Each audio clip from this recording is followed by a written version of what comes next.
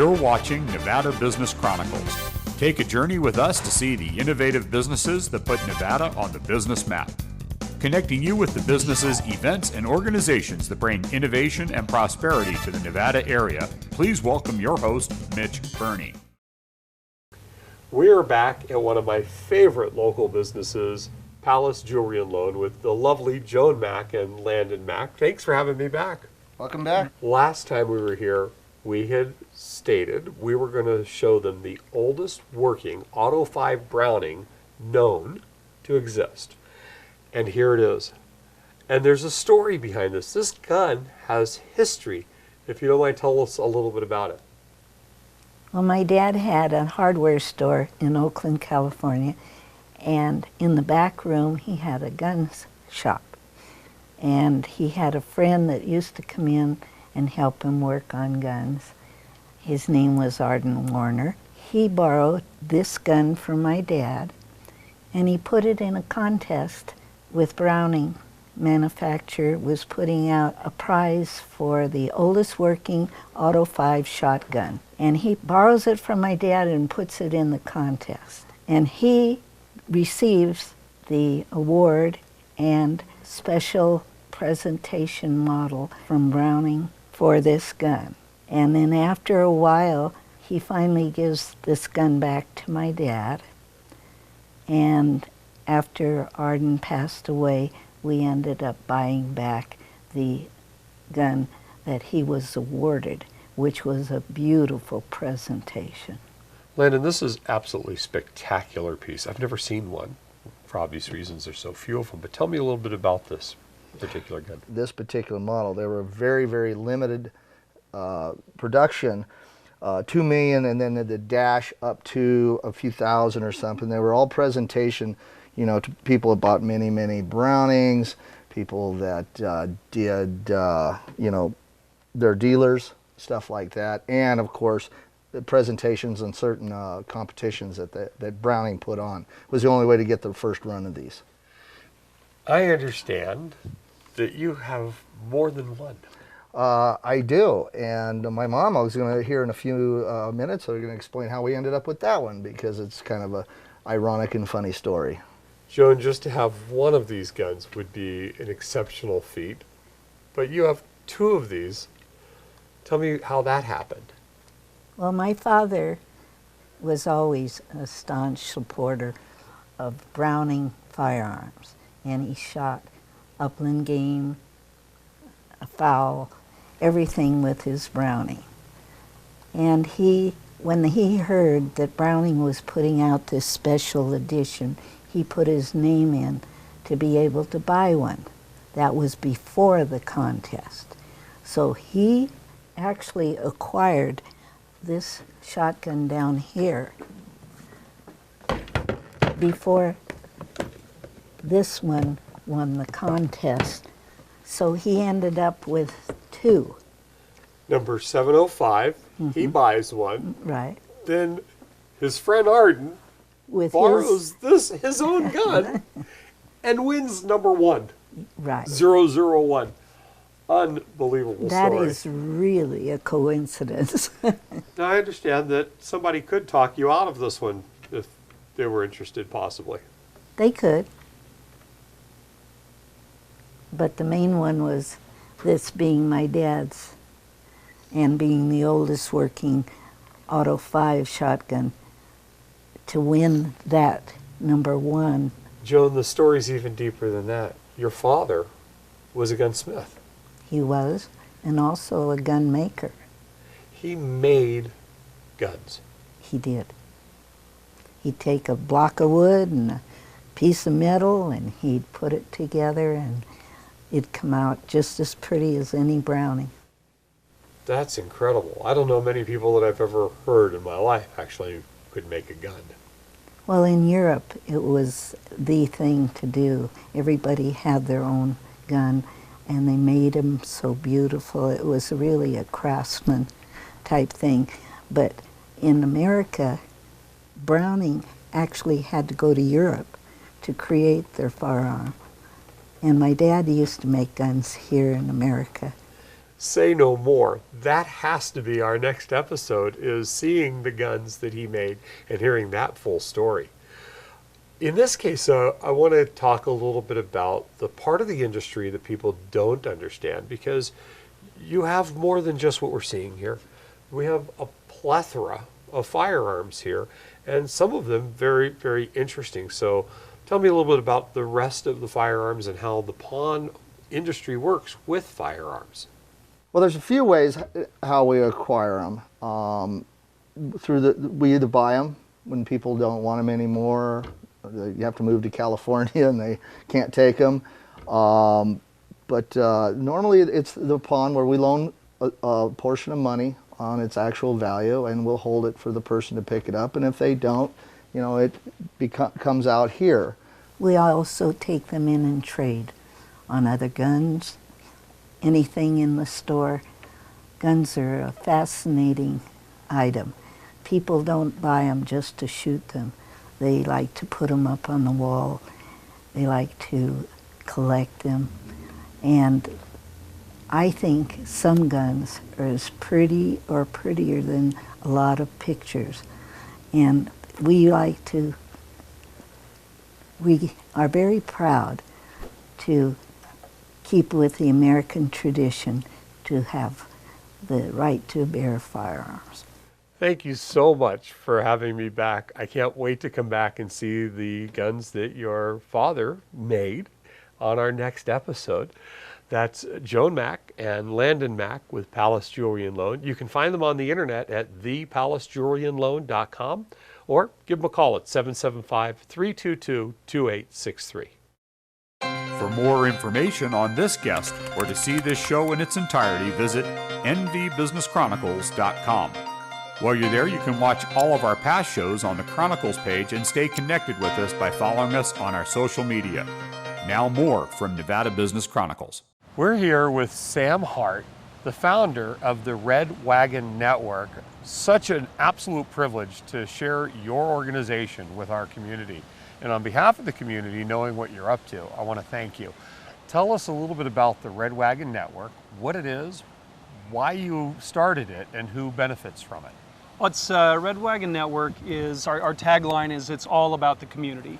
And I started it about a year and a half ago. I did an extensive amount of research with businesses in this community, to the point where I was volunteering to be a one-day employee at over 30 businesses locally to find out what makes a quality business a quality business. And every single one of them, it came down to what they do in the community to give back, to contribute, to be more involved in who we are as Reno. And I started it off the basis of, I want that in my life. And the more people I met, the more people I knew wanted more of that if they didn't have it already. Well, the Red Wagon Network, the Red Wagon, everybody probably has had one in their lifetime, and a great part of our childhood. Very significant in this network and what you're creating. There's a story that everybody has about a wagon. As a kid, as an adult, as even my parents have one now that they're grandparents. And it's always about improving the value of what you're doing now. It's always about where your imagination takes you. And in almost every story I've ever heard, you're doing it with somebody you care about. It's an adventure, it's a business, it's achieving something greater than you could alone and moving something more than you could by yourself. In every situation, the Red Wagon is improving what you're doing now. As a company, our goal is to find that and help other people, help other businesses achieve a greater good. I just love that you're combining a rich part of Americana along with a great cause. So the Red Wagon part of it we get. Tell us about the network. So the network, ultimately, if you grow up in an environment where you don't have a lot of the things that we're trying to collect, it's important to have a network of support. And in a community like this, what we live in, where we live, it's all about your support system. So we do events that connect businesses that have this need, that have this desire to help our community grow and develop. We did our kids bike race. Immediately after the kids bike race with the Tour de Nez, we had the Parade of Wagons, where these businesses that sponsor a wagon come out, they walk down California Street, and then they take those wagons back to their location, back to their business location, and for the next 30 days, we're collecting the bare essentials for children in transition. The things that these kids need to just stay alive, the basic necessities: toothbrush, toothpaste, hygiene, deodorant, shoes, socks, and underwear. And we take it for granted. I mean, I go home and I've got a drawer full of the stuff. I've got boxes of toothpaste and toothbrushes that it's part of life. These kids don't have these things. It's hard. You can't get a job. You can't go to school. It's embarrassing to talk to people when your breath stinks, when your teeth are gross. I mean, it's a hard way to live a life. And this has become a very important part of what I do, is connecting with these kinds of programs to be able to make the difference. The network is the businesses that agree, the businesses that want to make a difference. When you go out into the businesses, you see a wagon sitting in somebody's office, you know that this is the business that says, yes, I want to help. Fill it up, go home, get what you have: toothbrush, toothpaste, hygiene, shoes, socks, and underwear. Drive it around until you find a wagon and stick it in there. And there are some businesses in our community that have gone above and beyond on behalf of the Red Wagon Network. I'd be remiss if we didn't acknowledge them. We partner with the Tour de Nez, and the Tour de Nez is funded by Renown Hospital and Audi Reno Tahoe. They've gone above and beyond to get the Tour de Nez to become an integral part of this community. Red Wagon Network has funded our title sponsors to help us really achieve what we can with the community of wagons out there. United Federal Credit Union has really stepped up, and Gardella Allstate, two incredible businesses supported by incredible people, to really, the kind of people that you want as part of your community. And if you don't have a Red Wagon in your business and still want to get involved, there is time. Absolutely. So tell them how they can get a hold of you and be a part of this. And then we're going to come back and kind of show at the end of this in 30 days just how much our community came to support this great cause. So you're going to want to sponsor a wagon. You're going to, ideally, you want to know where to drop off any of the items that we're collecting. So on our website, redwagonnetwork.com, we have a list of all of the participating businesses that want to and are making a difference with children in transition. Our ask: find a couple that you love, find a couple that you don't know about, and go out and fill up their wagons. They're all over the community. You'll see them, you'll love them. Become part of our network. If you want more information, sponsor a wagon at redwagonnetwork.com or call me personally. I'd love to meet with you and learn more about what you want to support and about how you can get involved with what we're doing. 775-230-0580. That's my phone number. Call me anytime. That's Sam Hart with the Red Wagon Network, and I hope you get on board and help this great cause. And we're going to be back here in 30 days to see all of the boxes that come out of the local effort. So thank you so much for what you do for the children in our community. Thank you, Mitch, for taking the time to come out and talk to us. For more information on this guest or to see this show in its entirety, visit nvbusinesschronicles.com.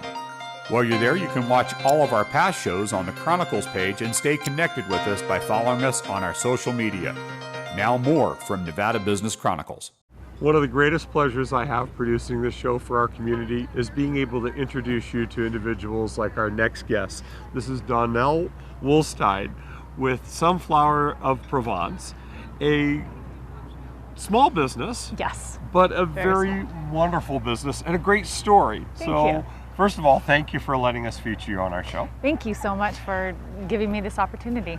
I was just in love with your story. I had an opportunity to run across it and read it, and I would really appreciate it if you would share how you got started with the Sunflower Provence, also known as the Tournesol de Provence. I have always loved France, things that are French. I've always been a Francophile. Actually, when I was 16 years old, I was given the opportunity to be an exchange student and a cultural exchange, in Quimper in Bretagne. And while I was there, my host family, they actually worked in a farmer's market. And being a young student from South Lake Tahoe, that's where I'm originally from, we didn't have farmer's markets back then. And so I was exposed to this really wonderful place. It was a gathering, a social place where people sold things, they exchanged ideas. It was fantastic. And right down the way from where my host family sold their fruits and vegetables was an actual provincial tablecloth vendor, as well as a creperie, les crêpes.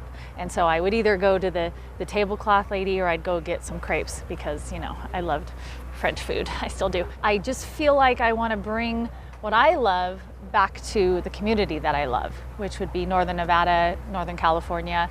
I love it. So Donnell, this is not a brick and mortar business. You actually attend a couple of different farmers markets, Yes. open air markets, Yes. and I would love to take people inside your display. Okay, my stand, my market stand. Your glorified, your kids call it your glorified. Lemonade stand. I love Exactly. So, bienvenue. Let's take a Tournesol de look. Provence. Yes. Welcome to my market stand. Bienvenue to Le Tournesol de Provence. I feel like I just stepped into the south of France. Yes, actually, not only do I love bringing the products, the colors of Provence to this area, but I love bringing the experience. I love it when people come into my stand and they say, "Oh my gosh, I was just in France. I was just in Provence, and I saw this and I saw that," and I love that. And then we get a dialogue going, and it's just, I just love these products, and I just love the fact that people, it brings them joy. It just brings them happiness when they come in here. Although it's really cold today, it makes people warm and they feel happy. Well, let's show everybody the different products you carry here. Okay. So obviously my main staple are my tablecloths. I carry tablecloths that are the typical, they're like the Italian oilcloths. They're coated cotton, 100% cotton with a light acrylic coating on top, with all different beautiful colors, designs, typical of the south of France. And then I have my jacquards. They are a double woven cotton tablecloth. They've been treated with the Teflon treatment, so they resist stains. Things spill on them and they just bead and come right off. And then we have tea towels, we have aprons, I have oven mitts and napkins. I have my little grinders and graters. And I love these, and these are not aprons for infants. No, but I have had children buy them for their dolls. These are actually bottle aprons. You can stick it on a wine bottle. They're super cute. And it's funny, when I first started carrying these, my husband laughed at me. He said, "Really?" They were sold out within the first 2 weeks. They're fantastic. It was crazy. They're so fun. You wrap They're just, this around a bottle of wine, and then you have coasters that come with it. Yes. It's a great little touch to take to They're fun. a dinner party. Yeah, it's fun. They're fun. And I always forget to bring a bottle to put them on to show. But then I've been known to drink wine in the back, so I can't bring the bottle anymore. Just kidding. Just kidding. I love the merchandise you carry here, because this is stuff that you would not normally expect to see in an open air farmer's market. High quality salt grinders and high end sea salts. And now this changes the flavor of your cooking, and you just don't find this everywhere. Well, thank you. Yes. Well, actually, so to these, I carry an assortment of different styles and refillable grinders. I have sea salt, like you were talking about, peppercorn, and also herbe de Provence. You can see I have all different styles, and they're all hand painted and handcrafted in the south of France. They make a really fun statement and remind you, that I've been in France, or maybe I'm gonna go to France soon. So anyway. And then look beautiful on your table. look beautiful on your table too, yes. I also carry some higher end French sea salts. This in particular, Fleur de Sel, that is the highest quality French sea salt, and it has been hand harvested in the traditional way with wooden rakes, etc. So I also carry Fumé de Sel, which is a smoked Fleur de Sel, which is really fantastic with grilling. So Mitch, do you feel like you're in France? I felt like that the moment I stepped into your world, Donnell. And I also realized how just a few accents can change the flavor of the feeling of your kitchen or dining area. So that's what I really wanted to do. I mean, if you can't afford a tablecloth or you're not in the market for a tablecloth right now, I still want you to be able to bring something home with you to remind you of how special this place is, both Tahoe as well as Provence. And so I carry placemats. I carry, well, these little crazy things, the bottle aprons. I also carry fun embroidered dish towels that say Provence in different colors. Obviously your oven mitts and your aprons.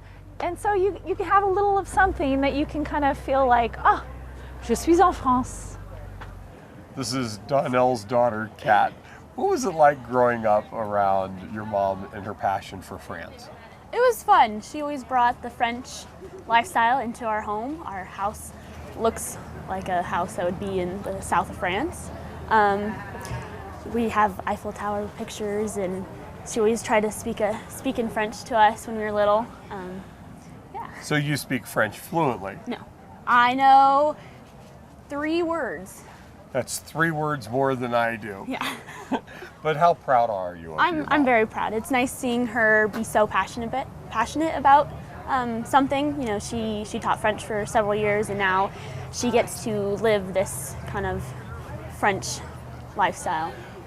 You can bring a little piece of Provence into your world by visiting Donnell Woolstein at a couple of different locations this summer. That's correct. On Tuesdays, I'm here at the American Legion parking lot in South Lake Tahoe, California.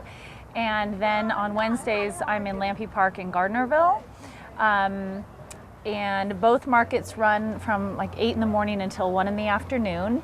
And if you miss me, you can also go to my website. I do have a website, and that was inspired by clients who would come in the first 2 years I did this, and they said, how can I get a tablecloth in the during the off months of the market season? And so I jumped in and did that. And there's a couple of different ways they can find your website, both in English and in French. Yes, they can. They can either go to letournesol-de-provence.com or the sunflowerprovence.com. So either one goes to my website. That's Donnell Woolstein with the Sunflower Provence. Thank you so much for being on our show and bringing a part of France to northern Nevada and California. Merci à vous. For more information on this guest or to see this show in its entirety, visit nvbusinesschronicles.com. While you're there, you can watch all of our past shows on the Chronicles page and stay connected with us by following us on our social media. Now more from Nevada Business Chronicles.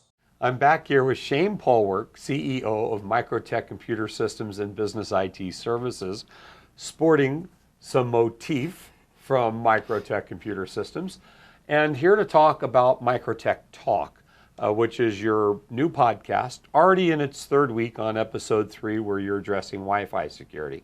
I want to talk a little bit about the podcast thus far, what direction it's taking, because I think it's really important that people that haven't seen it yet get familiar with this podcast. We started the podcast out, just talking about hacking threats and password security, and then of course this week Wi-Fi security. We're going to change it up a little bit next week. We're going to start talking about Windows 10 for the Windows users out there who may have not upgraded yet.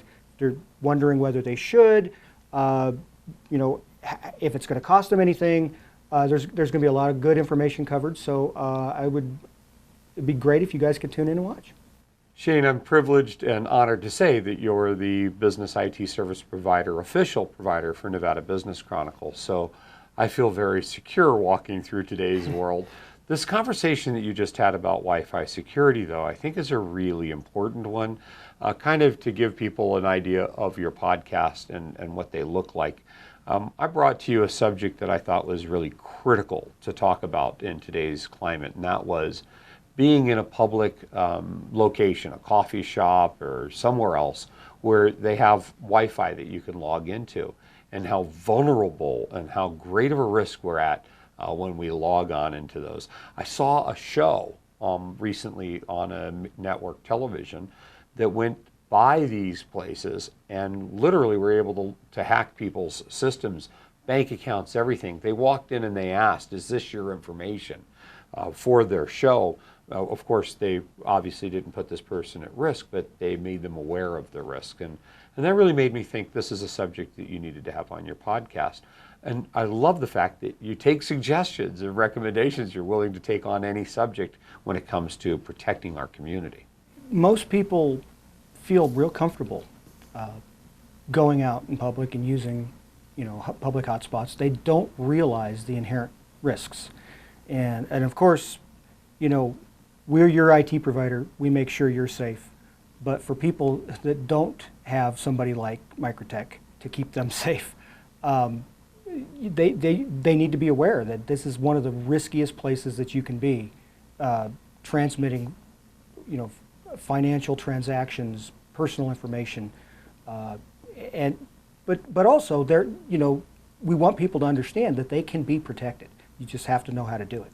And that's one of the things that we do for our customers is we make sure that they're secure both at their place of business and out and about in the public.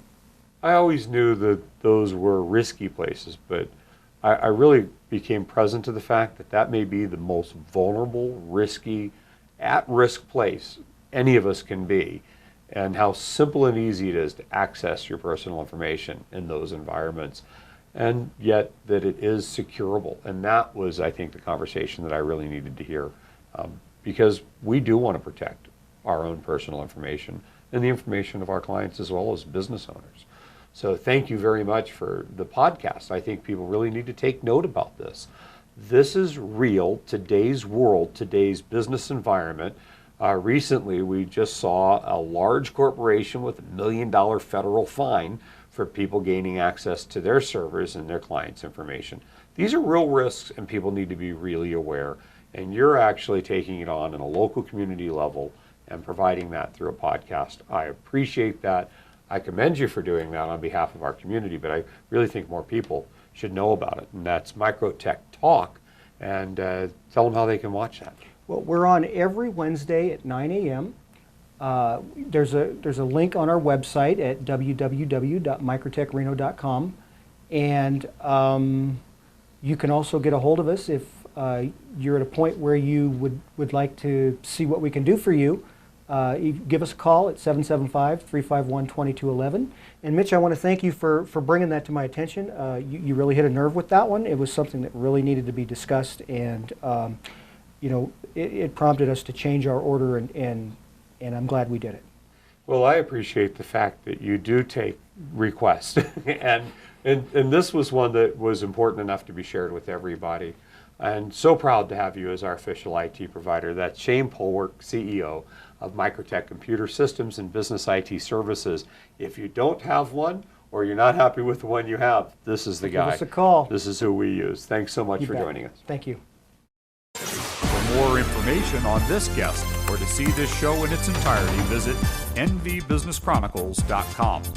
While you're there, you can watch all of our past shows on the Chronicles page and stay connected with us by following us on our social media. For information on becoming a guest on our show, contact us at info@nvbusinesschronicles.com. We hope you enjoyed the show. Thanks for watching. Tune in next week at the same time for more from Nevada Business Chronicles.